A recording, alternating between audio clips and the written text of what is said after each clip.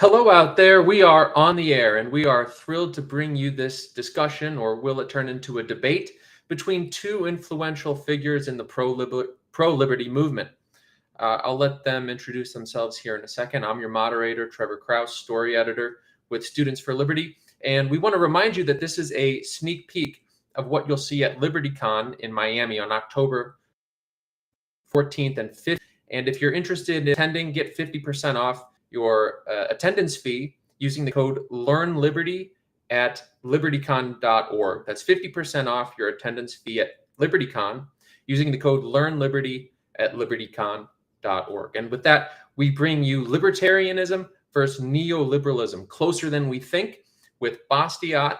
He goes by Warren now, and Spike Cohen. Spike, why don't you introduce yourself first to our audience? Thanks, Trevor. Thanks. I appreciate that. I am Spike Cohen. I was the Libertarian Party vice presidential candidate in 2020 and proud vice presidential bronze medalist. And I am now the founder and chair of You Are the Power, which is a grassroots issues-based political organizing group that we started. And if you'd like to be a part of that, go to youarethepower.net. And I'm happy to have this discussion. I'm really looking forward to it. And Warren, how about you? Hey, it's great to be here. Thanks for having me, Trevor. I'm looking forward to talking with you, Spike. My name is Warren Ray. I go by Bastiat here on the World Wide Web, although clearly I'm doing a little bit of a branding shift here. And I am here to speak on behalf of neoliberalism, a nebulous term perhaps if ever there was one, but one I look forward to talking a little bit more about. In my daytime, I am I'd say quintessential neoliberal. I work in the corporate law sector, energy in particular, and I stream on Twitch now and then, and I'm available all the time on Twitter at twitter.com/everyday Bastiat, Bastiat. So I'm looking forward to today's discussion. And your Twitter profile includes something along the lines of Chief Neoliberal Shill. True. What does that mean, real quick? So about a year and a half ago, I participated in, you see, the Neoliberal Project is a great political organization which I loosely affiliate myself with. I'm not here speaking on their behalf, but I enjoy their work. And they run a contest, an election, as it were, for Chief Neoliberal Shill. A lot of great people in that election, a lot of economists, political speakers, and extremely online posters.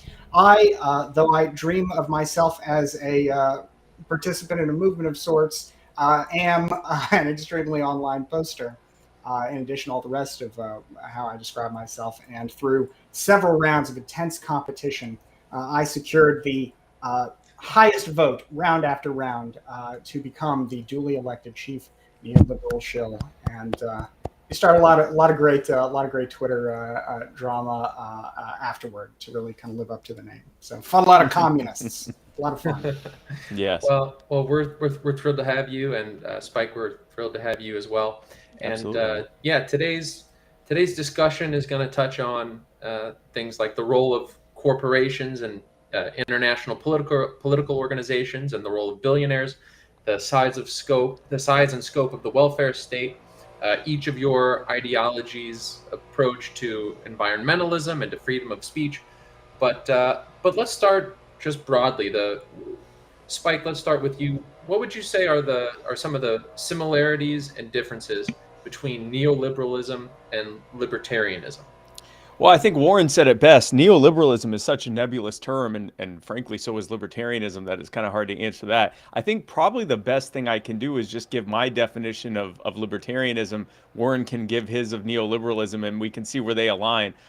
Because one thing I've learned about libertarianism, and I suspect it's the same with neoliberalism, is that one thing that all libertarians agree on is that none of us actually know who a real libertarian is. So I'll give you my take on it. My take on libertarianism, the elevator pitch version, is we believe that people do best when they're most free. And we think that if you look at the source of most of the problems that we're facing right now, it's because people aren't free and there's too much hands in the power in the hands of too few people. If you expand that out a little bit further, libertarians believe in ideas like personal autonomy, non-aggression, the idea of self-ownership, that you own yourself, your body, your life, you have the rights to the things you say and think. You own your labor, and of course the product of your labor, which is your property, and that we owe each other only non-aggression towards one another. The short version is don't hurt people and don't take their stuff. And so the concepts behind libertarianism all kind of come out of that we all have our own bit of autonomy and ownership, and that we do best when we respect that ownership between each other, and work together voluntarily through persuasion and cooperation and competition instead of through force and coercion and theft. And Warren, how would you put neoliberalism? Well, I will say, first of all, as for myself, I would consider myself to be really in the neoliberal school of the neoliberal movement, as it were. That is to say, I don't consider myself somebody who is merely sort of a Democrat in a different shade of clothing, but somebody who really goes back to the Milton Friedman kind of tradition of thinking about the role of government in our society. And so I would say that I, broadly speaking, appreciate and agree with a lot of what Spike just said. But I'd say that if I were going to define what the big difference would be, as somebody proposing another idea, it would be the role of institutions of different types, particularly government institutions, in making freedom work. I think Schumpeter, in his various writing on capitalism, said it best that capitalism contains within it some of the mechanisms for its own self-destruction. If people feel like they've got a fundamental degree of insecurity, inability to predict how the future will work out, eventually capitalism loses the confidence of citizens, who move toward more collectivist ideas on the right and on the left. And therefore, institutions are very important in ensuring that we can get all the benefits of a free market society, but nevertheless maintain those benefits long and into the future. It arises out of a historical reaction, in essence, to the 19th century laissez-faire capitalism that came to a frightful end as many people in Europe and the United States looked at the wars and the Great Depression and concluded, well, the system just doesn't work.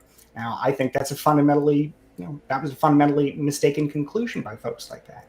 But it is true that government has an important role to play in ensuring, for example, basic price stability, basic law and order, not just at home, but in the world writ large as well, to some degree, through international institutions and the participation in such institutions to protect the environment, not necessarily from humans, of course, but on behalf of humans, so that we can address the third-party harms that I think most libertarians would themselves agree with are something that government has some role to play in minimizing. So there's a lot to it, but ultimately I think it's about saying that we want a free society, and we recognize that sometimes government has a role to play in ensuring the viability of that free society for the long term, and as a result, we need to participate in institutions productively and make them the best we can be.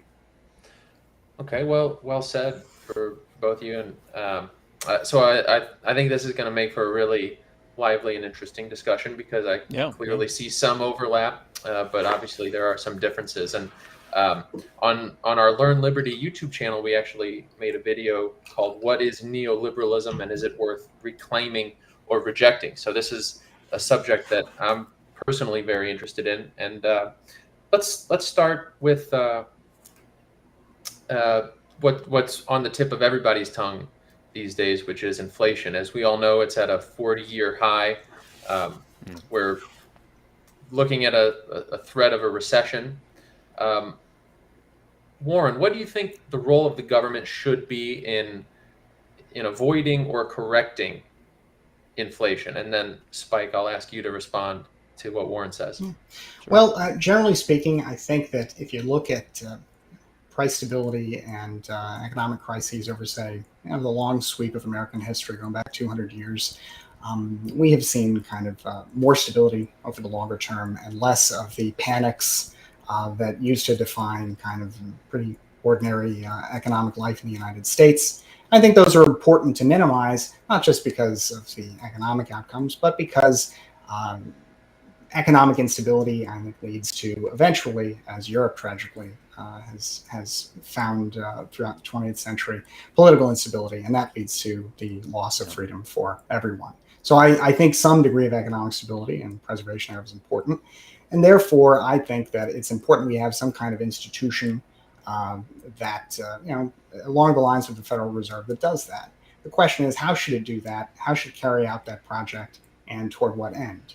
I'd say that I believe the kind of the old argument by Milton Friedman that inflation is a monetary phenomenon everywhere and always, and that when the creation of money outpaces the creation of output, you get inflation.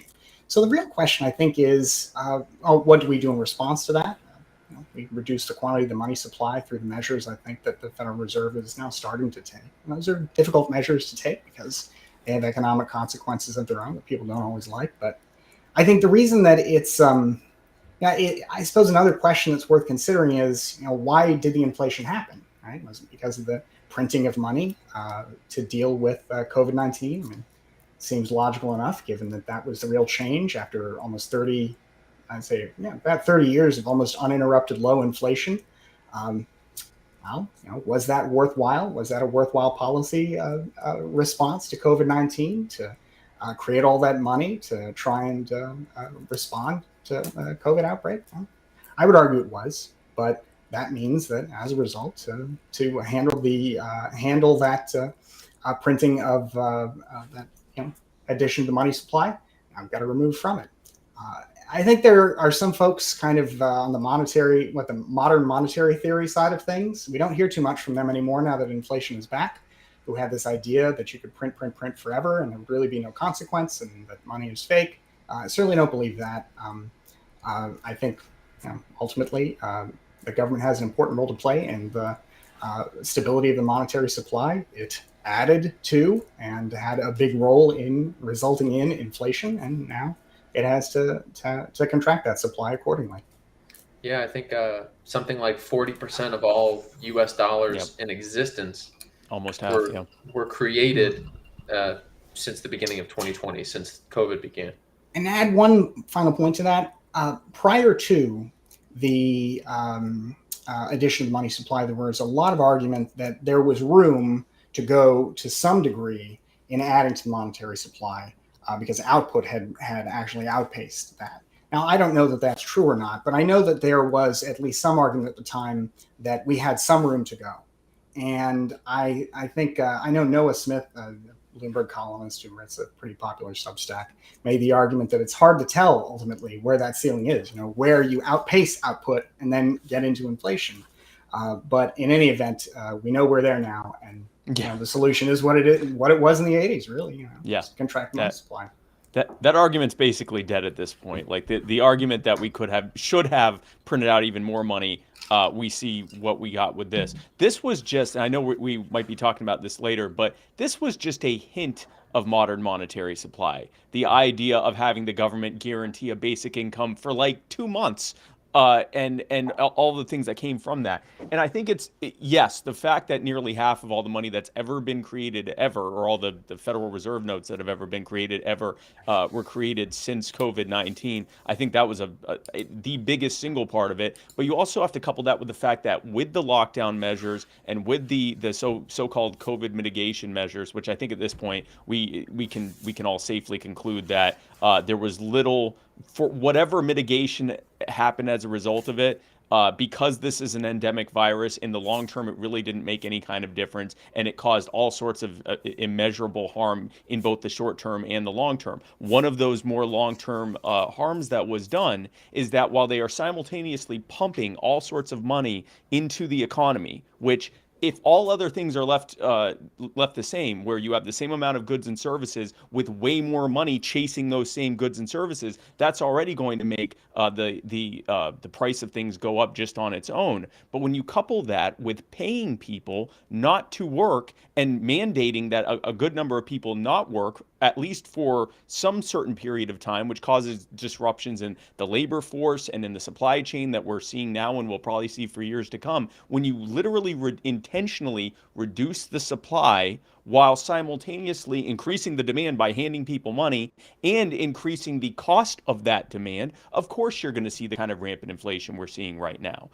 So I think we probably agree there. I think where we may disagree is that there is a need for a Federal Reserve. I think that we obviously, and this probably speaks to a bigger disagreement that Warren and I have. I think it's obvious that we do need institutions. I am not impressed with the argument that that institution should be a government-based one. And the reason for that is all of the monetary decisions that were being made were not being made for economic reasons per se. They were being made for political reasons. They were being made because Donald Trump wanted to get reelected, and that both Democrats and Republicans in Congress wanted to get reelected, and the people at the state capitals wanted to get reelected. And so that played out in economically illiterate policies that libertarians, and I'm sure neoliberals and many other people with common sense were warning were going to cause exactly this to happen. But that's what happens when you have a government institution making these decisions, because their decisions are funded by theft. They do not have to demonstrate actual value to the public. The only feedback mechanism is for you to just replace this crony-sponsored politician with this crony-sponsored politician instead of just finding a completely different provider to begin with. And so I think that, Warren mentioned stability, and there certainly has been stability. But especially in the period since 1971, when Nixon finally took us off of the gold standard with the ending of Bretton Woods, we have seen this sort of slow decline of the middle class. It has been a steady one, but it has been a very slow decline of the middle class, where there is an increasing number of middle class, two-income households that cannot afford the cost of living, even before all of this most recent inflation. And I think that points to the fact that having a coercive entity, a coercive monopoly in charge of something like the money supply is going to lead to these kinds of political decisions that cause catastrophic consequences that they're not then held accountable for in any real way. I think in the short term, the Fed raising the rates is the best thing they can do right now. I think in the long term, we need to decide who should we be. Should we have the market deciding what money is, or should we have governing entities making that decision? And I know that the Federal Reserve is technically a private entity, but its governors are appointed by the president. It is very much a political entity, and it's at best it is a public-private partnership, and I would argue it's really just an arm of the government. Yeah, as someone who's not didn't study economics, certainly I'm kind of picking everything up as I go. I've always thought, and Warren, I'd like to get your thoughts. I've always thought it's hard to envision the economy as like this faucet, or this series of faucets that you can turn. The Fed will turn interest rates one way, and it'll turn the other tap the other way to try to create stability. So what do you think? Can the economy, something as big and complex as a country's economy, be micromanaged like that? Well, the thing with the Federal Reserve is I don't purport to be an expert in all things monetary, but what the Federal Reserve does is not really, I'd say, micromanagement in the way that we might envision most of central planning, although, of course, it is a kind of central planning, and therefore, sort of a reflexive anathema to myself and certainly, of course, to Spike. But, I think that there are reasons that we want to have an institution like that anyway, but I'll get into that. It buys and sells securities.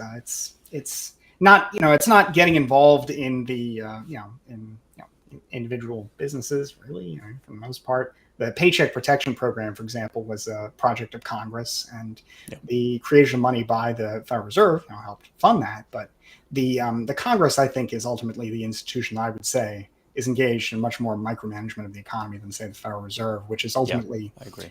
Ultimately is providing the resource through the way it operates, helps provide resources that Congress then uses to micromanage, but which itself I think is doing pretty basic stuff, and which I know Milton Friedman made the argument that you could replace it with a computer that would adjust the quantity of the money supply up and down by some percentage based on just a couple of different factors. Basically just responsive, take all the political dimension out of it, and it would be purely an economic institution. So inflation goes up, okay, we reduce. Inflation goes down, okay, we increase a little bit, and keep just as consistent as possible a system in place. Now, I understand that's a tough thing, of course, to expect in really any society, that we're going to hand off decision making to basically a machine.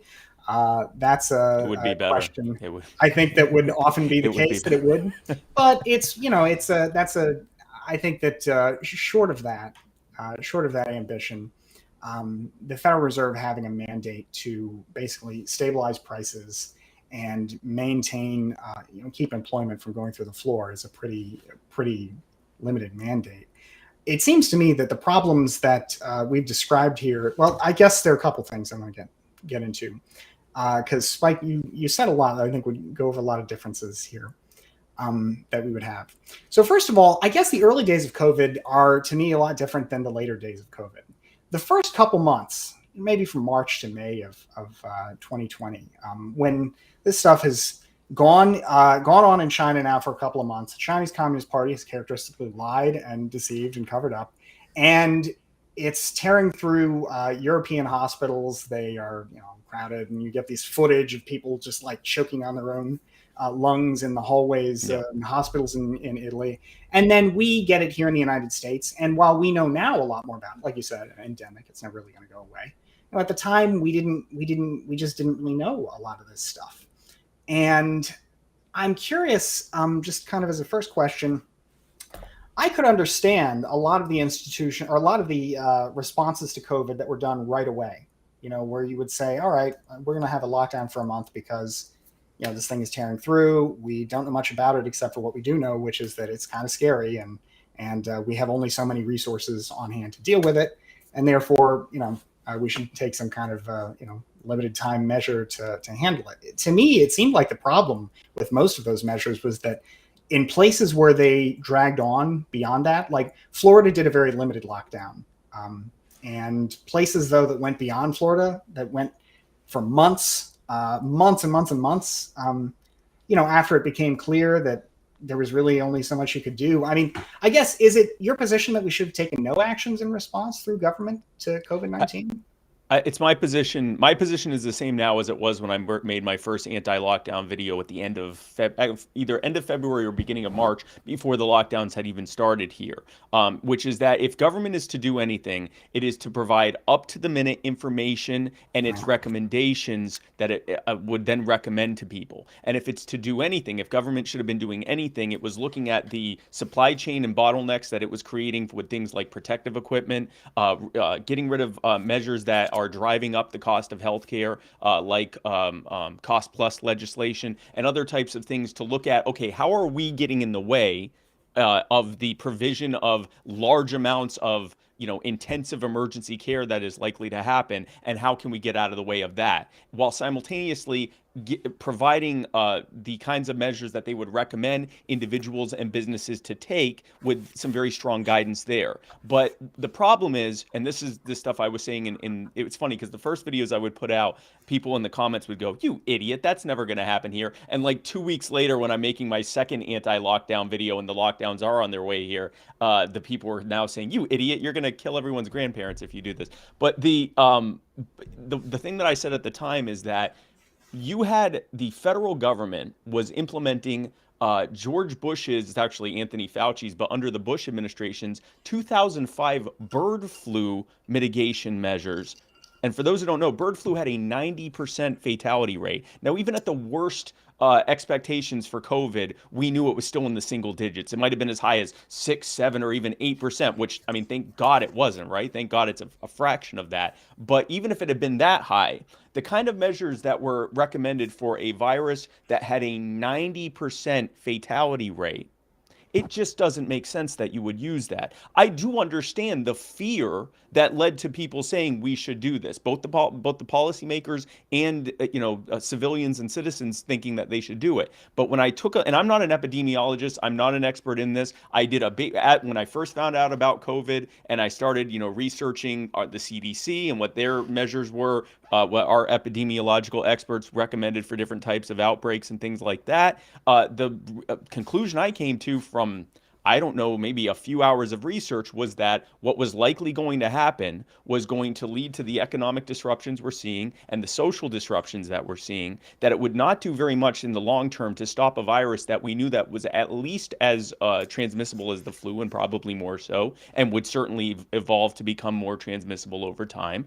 The fact that there was no vaccine that ever stopped a coronavirus, that coronaviruses, because of the rate of how they mutate, it's not possible to be able to put an end to them. But that thankfully they typically mutate into something that becomes more transmissible but less deadly over time. And that, from my conclusion of that back in February, March, I thought lockdowns are wrong, mandates are wrong, give people the right measures that they should be taking. Let them know, and this was another problem that was done. They would present ideas and then say, this is the science, and basically implying, if you don't do this, you're a bad person. And it wasn't the CDC saying that part, but it was the politicians and pundits saying that part. If instead they said, this is the most we know right now, it is subject to change, but here is what we recommend, while they simultaneously looked at all of the red tape and draconian measures that were making it harder for the provision of emergency, intensive emergency services, I think we would have been in a much better place, both with COVID and certainly on the economic front.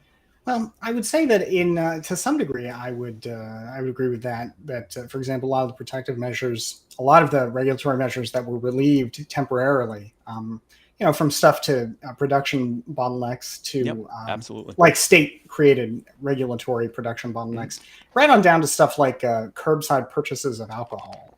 A lot of stuff was undone that has, that the whole process has shown to have been arbitrary, wasteful, stuff. But that said, I think that the question here of what is reasonable and what the government's role is seems to be an innately fact-driven question. Like, this wasn't 90% fatal. Just as a simple question, though, suppose it had been, just for this discussion here. I know it's not. But if it had been, if there were a disease that were, spreading that weren't 90% fatal, I mean, surely you would imagine the government response, hey, look, we recognize this is not ideal for a free society, but at a certain point, free societies to buckle a little bit when survival. Right, you're all going to die. Yeah. So the thing that gets me is, okay, well, there's a lot of room in between 90% and what we got, right?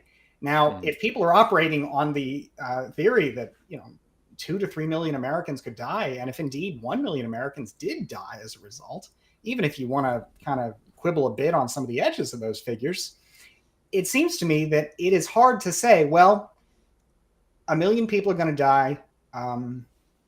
That's kind of just the cost of business in a free society, and the economic disruptions are not worth it. I think that's the economic disruptions are not worth taking the action. If you know that a pandemic is going to cause some kind of, or if you're operating on the assumption at least that a pandemic is going to cause some large-scale death, as indeed it ultimately did, even if it wasn't what people were expecting, I think it's a hard thing to say, do nothing because the economic, or do much less, do kind of the stuff we were talking about, but don't do the very coercive stuff. That to me seems like a hard thing to say, even for a short period of time. Seems like a hard thing to say. That seems to sort of give up the game of what a democratic society, really any society, since we know the authoritarian societies were far more draconian, China, for example. I mean, people don't want to die of disease. They expect government to do something about it. If we don't do something about it and we just kind of let it tear through, the only country I know of that took that approach, really just kind of the let it rip approach, was Russia. Another authoritarian state, and they lost perhaps over 1 million people in a much smaller country, population-wise. And Sweden to a certain extent did too. Sweden as well did. Yeah. I wanted to push back a little bit, Warren, because it was your pseudonym Bastiat who wrote about the seen and the unseen, right? Sure. And all the things that we've seen are the deaths that have resulted from COVID. We won't really see all the agony and death, most likely, that will result from the economic disruption of the economy. That is a great point, and a very important point. And I think it is unfortunate that a lot of times the argument is made such that, well, you either don't care about human life, or you don't care about human liberty. One or the other. And I guess I would say that while I would say that I would probably be on the same side as Spike with a lot of these restrictions a few months into the pandemic. Right off the bat, a lot of what was done seemed to me to be pretty much in the ordinary course of what we would want government to do when we have limited information and good reasons to be worried about the outcomes from a virus that is very contagious and which has done a lot of damage in a lot of other parts of the world. I think the most salient argument I can see from kind of Spike's approach here of, look, I know this was wrong from the start, is, the government's just not going to give the power back. Once they take it, they're not going to give it back. And I know the example of Australia has certainly made a lot of people feel like that's the case. I'm not sure how that ultimately is resolved. I haven't checked on that. But, I mean, that's just not really the case in the United States, at least. I mean, there are some democratic states. Spike, let's get your response, and then I want to move on to another topic. Spike, briefly, how would you respond to Warren's question? Yeah, I think there's two aspects here. One is, what is a difficult sell, or what is an easy sell? And yes, especially in a society that has been conditioned to look to government for its solutions, it would be a hard sell to say, hey, look, this is a nasty virus. We're going to make recommendations, but we're not going to tell you and other people what to do because we think it's going to cause more harm than good. And you're going to naturally have people say, but what about the millions that might die? We now have the benefit of knowing that, ultimately 80% of Americans have gotten COVID. The numbers that we were going to get were the numbers we were going to get. Here's where I think that we do disagree, is that I think that just from the basic research I did, and again, I am not an epidemiological expert, I am not a doctor, but from a few hours of mostly researching data from the CDC and other state agencies and a few other sources, I saw coronaviruses are highly transmissible. They become more highly transmissible over time. Vaccines do not stop them. At best, they keep people from dying of them. Thankfully, they become less deadly over time, sometimes very quickly. And that, there isn't a measure that's going to be in place that's going to stop this from ultimately spreading to anyone who doesn't make permanent, decided for themselves life changes to keep from getting it. If you're one of the, 22% of Americans who haven't gotten it, it's not because of lockdowns or mandates. It's because you yourself have chosen to drastically change your lifestyle in order to not get COVID, or you always had the kind of hermited lifestyle that would keep you from getting a disease anyway. It's certainly not from anything from the state. So no, I think even before having the benefit of the knowledge that we have now, I think that a leader and who was also a policymaker who was honest to the people and said, listen, if you look at the data on coronaviruses, if you look at even the data we have now, it is not going to be a good idea to arbitrarily tell people who can and can't be open, and in some cases create the conditions for cold and flu season by telling people to stay home in their poorly poorly circulated, air circulated homes, venturing out only to go to the exact same place that everyone else is going, and only for a certain period of hours every day because of the curfews, and that's somehow going to stop the transmission of illness. No, if I had been an elected official, I would have fought on that hill, and ultimately I would have been proven correct. But it would not have been because of some ideological bent. It would have been from in that case, looking at the data on what coronaviruses are, how these measures work, and just realizing also the fact that government's just not good at carrying out these kind of large-scale things in the first place. So that would be my take on it. But I do get the fear and the concern for. I also understand why in that first couple months people would choose themselves to be a lot more cautious until they find out just how deadly this is, just how serious it is. That makes perfect sense, but that's different from what the measures are that should be taken by an entity that could destroy society if they make the wrong moves. That's my take on that. Let's leave it there for now. Well, like, let's leave it there for now, guys.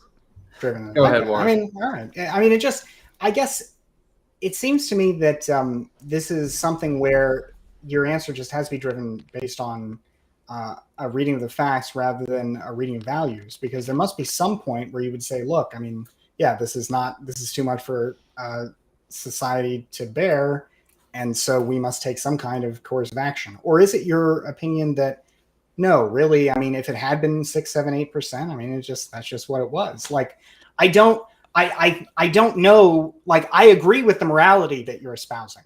Yeah, I just reject that it works out in practice to like you're rejecting society the benefits. consequential argument. I will accept. Yeah, it is wrong for the government to say stay at home. But I mean, Right. there were in places, for example, correlation between lockdowns and drops in cases. Most of the Europeans suffered less death than we did. We did less that kind of stuff. I understand that we can make sort of. It seems to me that to make it an entirely normative thing and to say the values are such that I would have done this, there has to be a point.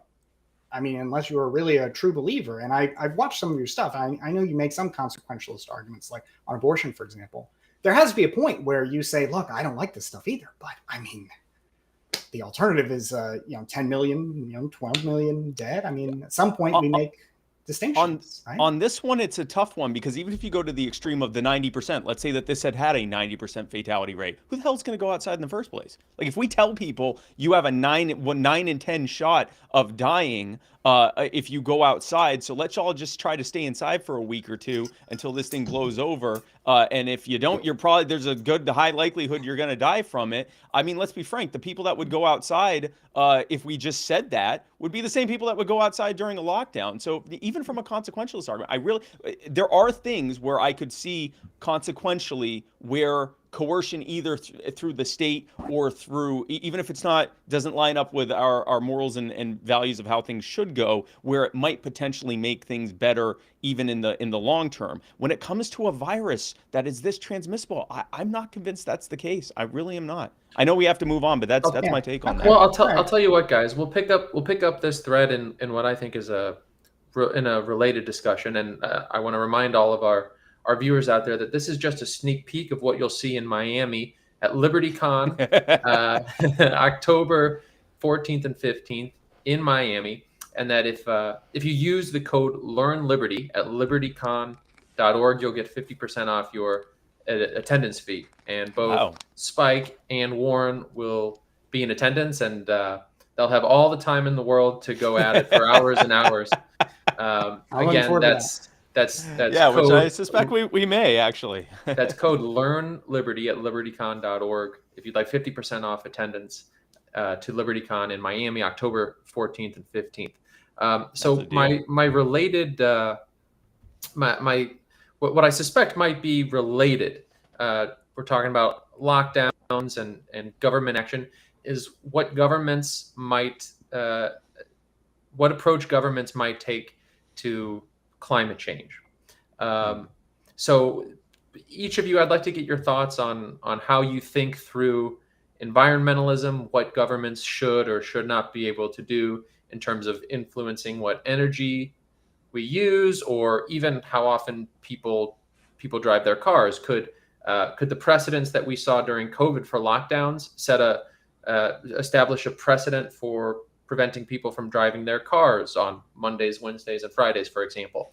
So, and Spike, let's start with you. How can free market policies protect the environment and do it better than government and central planning?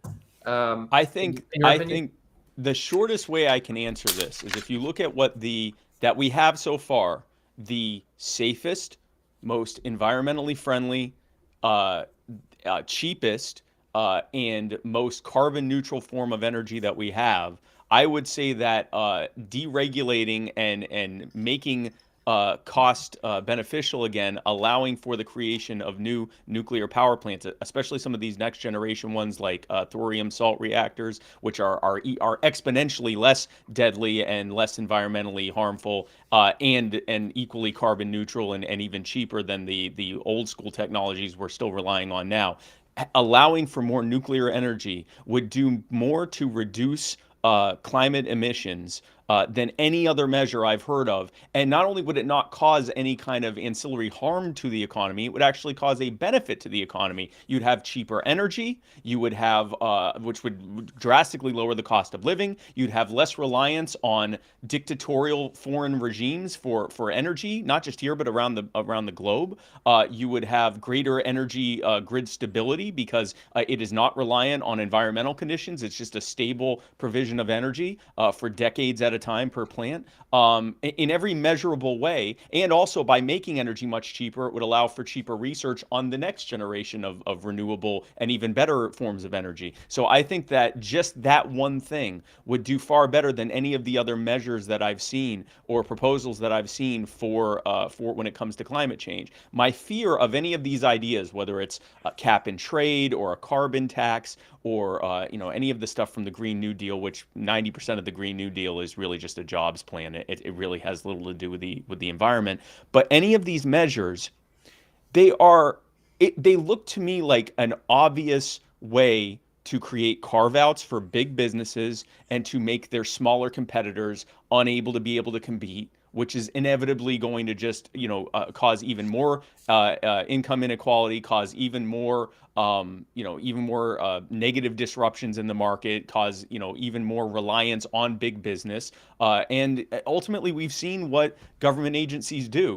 When a spill or a leak or anything else happens, first the government tries to work with their crony sponsor partners to cover it up, and if that doesn't work, they give them a slap on the wrist, but then they give them indemnity. They indemnify them against lawsuits, so that they can't be sued out of existence for all the irreparable harm they've caused to people and to the environment.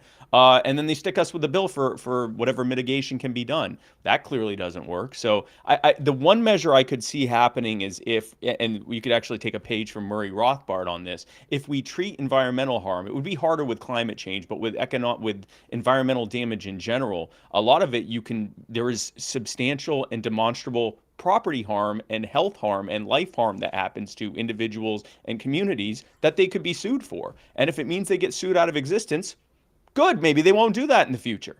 So that's one thing that I could see maybe the government being involved in. I just, in general, when you give government a new gun, they end up pointing it at the people that are the least likely to be able to fight back against it. So I think, deregulating nuclear would do a lot more to help when it comes to climate change, the environment, energy security, national security, and a lot of other things too. Hey, I agree with some of that, but a lot of that I wouldn't. And I'll preface this by saying that for some time, perhaps I still am, I was known as the oil lawyer, although I've never worked in oil. But that was one of the things I used to lean into a little bit on Twitter, being an oil lawyer. And of course, naturally, people find that to be very evil. Although, of course, I think it's a very noble profession for those who practice it. I work in natural gas, though. And I guess I would say that I appreciate the discussion of nuclear energy, because a lot of what you said about nuclear energy is absolutely true. Once the plants are built, they are incredibly safe. They're very efficient. The electricity that they generate is very cheap. And really, you're limited by, in the sense of generating the electricity, the life of the plant, which, they last for quite a while if they're properly maintained, and the supply of the fissile material, which is something that, it's another matter. But there's no real prospect of that running out, I think, in our lifetimes, although it. Yeah. But anyway, the challenge, though, is that nuclear power has a lot of externalities and challenges that are not really the ones that are often attacked, like the radioactive threat of radioactivity, but that nevertheless do require a lot of robust government involvement. For example, I know you mentioned that the government will often protect large, I think, oil companies from being sued out of existence. Ultimately, a nuclear power plant has to be given the same guarantees in order for a private company to build it, or else it's really, the prospect of building something that's safe is a good prospect. But it is also important to weigh it against how it works out, when it does very rarely, but occasionally have a real disaster. I mean, the kind of economic outcome from that is it's incredible. And that's why Congress requires nuclear power companies to, they have to insure themselves some point, but ultimately the Congress says, after a certain point, we will cover everything. There's no way around that, because if they are, I guess there's two ways around that. One, the way around that is to have some kind of open-ended conditional guarantee that says, hey, build this plant. We know it's going to be much more good than bad. And if something, God forbid, unlikely, we have Fukushima here, we'll cover you. The alternative is that the plant just wouldn't get built. And indeed, the real tragedy of nuclear power is that regulation has compounded some of its existing challenges. the startup costs for a nuclear power plant they're just expensive because this is high technology, and the new reactors have a lot of potential there, but they nevertheless have high startup costs. And so governments have tried to do things to encourage the construction of nuclear plants. For example, here in Florida, we have a program that the utility companies can engage in merely the planning of a nuclear power plant. You'll like this one, Spike, I think. The planning of a nuclear power plant, and they can be guaranteed some kind of return on that, even if the plant doesn't get built. Well, of course, there turned out to be a flurry of planning. And yet you can understand why, to some degree, programs like this are tried, because nuclear power has so many benefits like that, and yet it is really expensive. And it isn't just the regulations that make it expensive, although the regulations do make it much more expensive and difficult than it would otherwise be. They certainly compound all of that. They should be rolled back substantially. We have, for example, a regulatory program called, I think, ALARA, A-L-A-R-A. That means basically nuclear power doesn't get cheaper as it gets more efficient, because it has to always provide the smallest amount of radioactive emissions possible under existing technology. And so as the technology gets better and it gets cleaner, they nevertheless have to continually invest in more to further reduce, because they have to get that figure as low as technologically possible. So even if they get it really low, if technology advances, they got to spend more money to get it even lower, even if they're going beyond any reasonable risk. And of course, compare this to coal, the burning of which leads to the not just carbon, which I agree is a big threat, climate change and all that, but in the much more tangible and easy to understand risk that nobody really argues with, the particulate matter that results from the burning of coal that kills so many thousand people a year. And yet that is a hard thing to get around without government having some involvement there. Because when you're dealing with something like, say, my favorite fuel, natural gas is just way cheaper than nuclear power is right now. And natural gas is probably, I don't know if it's as big as the regulatory hurdle or not, but it is a huge reason why nuclear power plants are just not going up, because natural gas is cheaper. It's really easy to stop the plant, start the plant, stop the plant, start the plant. The infrastructure is mostly there, although government has restricted the creation of new infrastructure, which has given us some bottlenecks. That's another issue.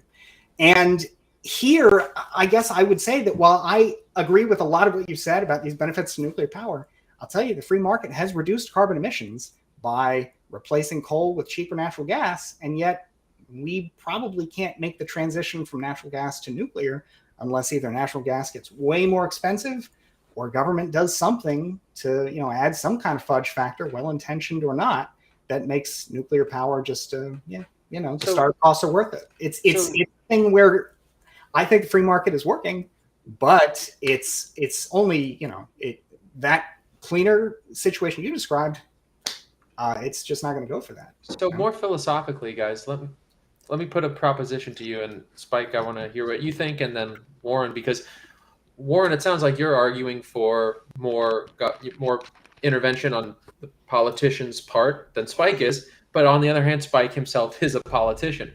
So if I said to each of you, least qualified group of people to handle a problem on the scale of hundreds or thousands of years as climate change is, the least qualified group of people are those who see things in 2, 4, and 6 year cycles. How would you respond to that, Spike? Well, I mean, that is the problem, right? Is that politicians often, and it's funny because I'm trying to be more of a political activist than a politician, but that was a fair charge there, Trevor. That hit me where I think you wanted it to. No, I think that the thing with politicians is they're driven by political concerns. They're also often not very smart. And some of the dumbest people I've ever met in my life are elected officials. They don't really know what they're talking about. They're handed talking points. They are, as they work their way up the food chain, where you would hope that they become smarter, they actually become dumber because they become more and more reliant on just being handed whatever talking points their campaign teams / the cronies that are sponsoring them give them. And then, yes, even if they are smart, they are primarily concerned with getting reelected. And then there's also all the political machinations, the so-called sausage making of, I know this is the best way to move forward, but I'm going to compromise on that to try to get this done. It's really just not a good way to make these kinds of societal decisions. Now, going back on, I think our difference here, I think it's less on what we think, what level of, there may be some difference on the level of government regulation or lack thereof. But I think honestly, it was more of a debate on whether natural gas or nuclear is the better way to do things. And what I'll say to that is, I would say let's let the market bear it out. My understanding on things like thorium salt reactors and things like that is that it so well addresses some of the problems from the I guess first and second generation nuclear plants that it becomes so much cheaper and so much, especially so much safer, that a lot of those externality concerns aren't as bad as they were with some of the older ones. I can tell you firsthand. So I live in South Carolina, and we were going to have a nuclear power plant built here. And everything was set up, all of the licensing was gotten and everything else. But then the Obama administration, their EPA, changed the rules mid-flight and made it cost prohibitive. And so now the South Carolina taxpayers are on the hook for, I believe, a couple $2 billion with no power plant to show for it. And that was as a direct result of federal intervention to kill that power plant. Whether nuclear or natural gas, or I would suspect some combination of all of the above, is the best way to do it. I leave that to the market. And I'm not an energy expert, but I will say, just in general, I would say that the creation of more nuclear plants in general would do more to combat climate change than any of the measures from government that I'm seeing in the forms of like carbon taxes, cap and trade, Green New Deal, and so forth. Now, that's the point I was making specific to nuclear, but I'm not against natural gas. I'm not against it. I mean, we need to be getting energy how we can get energy. Well, I think this actually is really interesting, because this, you're right that I think talking about it, I didn't finish the thought that I think I would like to have finished, which is this. I think that this discussion gets to the different view of what government should do. I don't think, ultimately, I don't think it's possible to deliver energy without a serious role for government that is probably above and beyond what it would ordinarily be in a lot of things. For example, the nature of the utility business is such that we either have to have multiple competing pipelines, or we have to have one set of somewhat regulated pipelines that multiple people, and this is the same with power lines, the same with other types of infrastructure. We either have to say, you can exclude as you see fit without consequence, and therefore have to have duplicative extra infrastructure, makes energy cost more, would require the use of more resources, or we say, okay, government is going to regulate how the use of this infrastructure works, so that you have to allow equal access by providers here. So, for example, in Texas, the electricity system is what they call deregulated, which means that the grid is regulated in such a way that they don't have a price-controlled monopoly that provides electricity, but they have different competing companies that provide electricity at different prices. They provide different products. And at least until the winter storm a couple of years ago, that was another matter, it was generally regarded as a pretty effective system. Now, that kind of system, though, still requires a lot of government involvement, because government has to regulate in a way that keeps the people using the infrastructure from cheating the system, that ensures that the system owner is getting adequately compensated, that ensures that everybody is using the system in such a way that it's not overloaded. Like, there are a lot of rules and regulations that go into making it possible to have what I would say is greater freedom, that is, say, greater choice in where you as an individual get your energy from. Another example, I think, is the question of where do we get our energy from more generally, right? Should it be natural gas? Should it be nuclear? Well, a lot of that comes down to what kind of rules should we have? What should government's role be? And my view is that some government action is bad and some is good, and depends on what kind it is. When it is government action that is based on an ill-conceived, ill-informed notion of safety, like, for example, the regulations that have helped strangle nuclear power for the last 50 years in this country. Of course, after the after the creation of the Nuclear Regulatory Commission, I don't believe we built a new nuclear reactor since. Only in Georgia have they recently. They're looking like they're going to finish those. It has some challenges, but the whole institution has been a real mess accordingly. But it is important to recognize that nevertheless there would have to be some important role for government for nuclear power to work at all, to ensure that the resources could be, the construction of power lines, transportation of dangerous substances, the storage of dangerous substances. Because, of course, we know that while I don't really disagree with the argument generally that politicians are, quote unquote, dumb, I disagree with the argument that really there's anybody else out there who's demonstrably much smarter. I think we all have our blind spots. We all make our mistakes. I think we're driven primarily, more by incentives than innate abilities.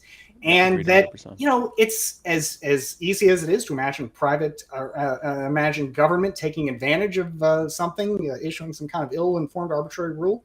It is also the case, and I hate to say this as a professional corporate shill, that sometimes corporations will take a shortcut and dump toxic waste somewhere it doesn't belong, because what are you going to fucking do about it, buddy? So and I don't say that because I think corporations are bad, just human beings like everybody else. It can happen, and they I think motive. And I think mostly they try and do good. I think most people in government try and do good. I think it's more just a question of incentives. So we got to focus on getting the right rules rather than just saying government needs to get out. Because I'm glad you brought up that point, and I know, Trevor, you probably want to move on to another subject, so that's we only have a few minutes left too. So so I do want to say it's not that the individual politician or the individual corporate CEO or whatever are uniquely better or worse people. It's the systems under which they are operating and therefore the incentives that are being driven. I believe that a profit motive that is absent any kind of government-based coercion, a profit motive is likely to lead to more service to the consumer and the everyday person than a politician making political calculations and knowing that they have no real accountability for it. And it's not market forces that are determining whether they stay in office or not. It is their ability to manipulate the political system. And I think that government as an entity has proven itself to be a uniquely terrible way of doing things. So do we need things like a public utility? Yeah, I don't think that having 15 different power lines is the best way to do this. Although there could maybe be some duplication that might be helpful from a competitive standpoint. But I think that what I'm saying is these different institutions and these different public entities, I'm not convinced that government, a political process, is the best way to do it. I think the more market-driven, the more voluntary they are, the more likely that things that like measures of competition and market feedback are much better ways of making sure that they stay accountable than the democratic process. I think that's been proven. I agree with that generally. I would say that's really an important thing to recognize, that generally speaking, the democratic process, like Milton Friedman used to say, we're voting on what color tie we're going to get. In a market, you can get a green one, you can get a blue one. We've all heard that it endures because it's true. The only difference is, I think it's important to recognize that minority of things, though it is a minority, it is real. That minority of areas that, for a variety of reasons, sometimes subtle, sometimes gross, requires unique forms of government involvement. And I think the attitude of government always bad, it's always going to make things worse, is a problem, because the end result is that government, I think, does get worse. You get worse people who go into it. It's a little more craven than it would otherwise be. And I think it's important that if we're going to have a government that does things, that it does those things that it should be doing as well as it possibly can, because that's its role. That's why it's taxing us. And if we look at something like government involvement in, say, dealing with the environment, and just say, well, less is better, more is worse, or vice versa, I don't think that's the answer. The Soviet Union, for example, the worst climate criminal, environmental criminal in the history of the world. You got to read about they were a much poorer society than the United States, and yet the amount of carbon emissions per person was far higher. Yep. The damage they did to meet their central planning, right? So that's an example of the tragedy of government being involved in the environment. That degree of government is always going to lead to worse outcomes than even the kind of, I'd say, I'm not, what I would argue is a society that has, no rules is going to have bad outcomes, right? Like the rivers catching fire in the 70s in the United States and such. No rules on this stuff at the time. But some amount of regulation and government involvement can get us to where I think we are here in the United States and most developed countries, where we've got a much cleaner environment, where people have generally clean air, and where we're making progress on climate change. And I think that we're not going to get that without some government involvement, because these are complex systems that require the degree of voluntary cooperation that would be involved to make them possible with no coercion of any kind. It's just, I'd say, generally speaking, beyond human capacity. And that's a great jumping off point for my final question. I know we're coming up on our time limit, but this has been such a lively discussion, and I do want to save some for Miami, because as a reminder to our We're viewers, saving plenty for Miami. this is only the tip of the iceberg. This is just a sneak peek. Both of our participants, or combatants, if you will be in Miami for LibertyCon, October 14th and 15th, and you can get 50% off of your attendance fee at libertycon.com. I misspoke earlier. It's libertycon.com, not .org. Libertycon.com, using the code LearnLiberty. That'll get you 50% off your attendance fee for LibertyCon in Miami, October 14th and 15th. And guys, just very quick, you've been very generous with your time already. My last question was about free speech and misinformation. Is it safe to assume that you have similar stances to the government, how the government should intervene or not in what we might call misinformation wars? I'd say probably, actually, on this. I don't really see much role for government here at all. No. I think that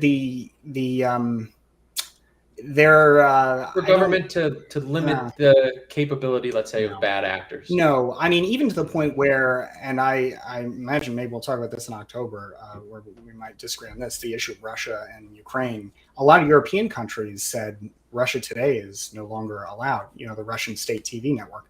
I wouldn't ban that. As far as I could see in terms of response even to that, and the reason I bring that up is, to me, that's kind of the highest example of a danger of misinformation, is an actual state whose government is trying to, they're trying to do harm to us, or the state's policy, I'm not saying Russian, but the state's policy is to do some kind of harm.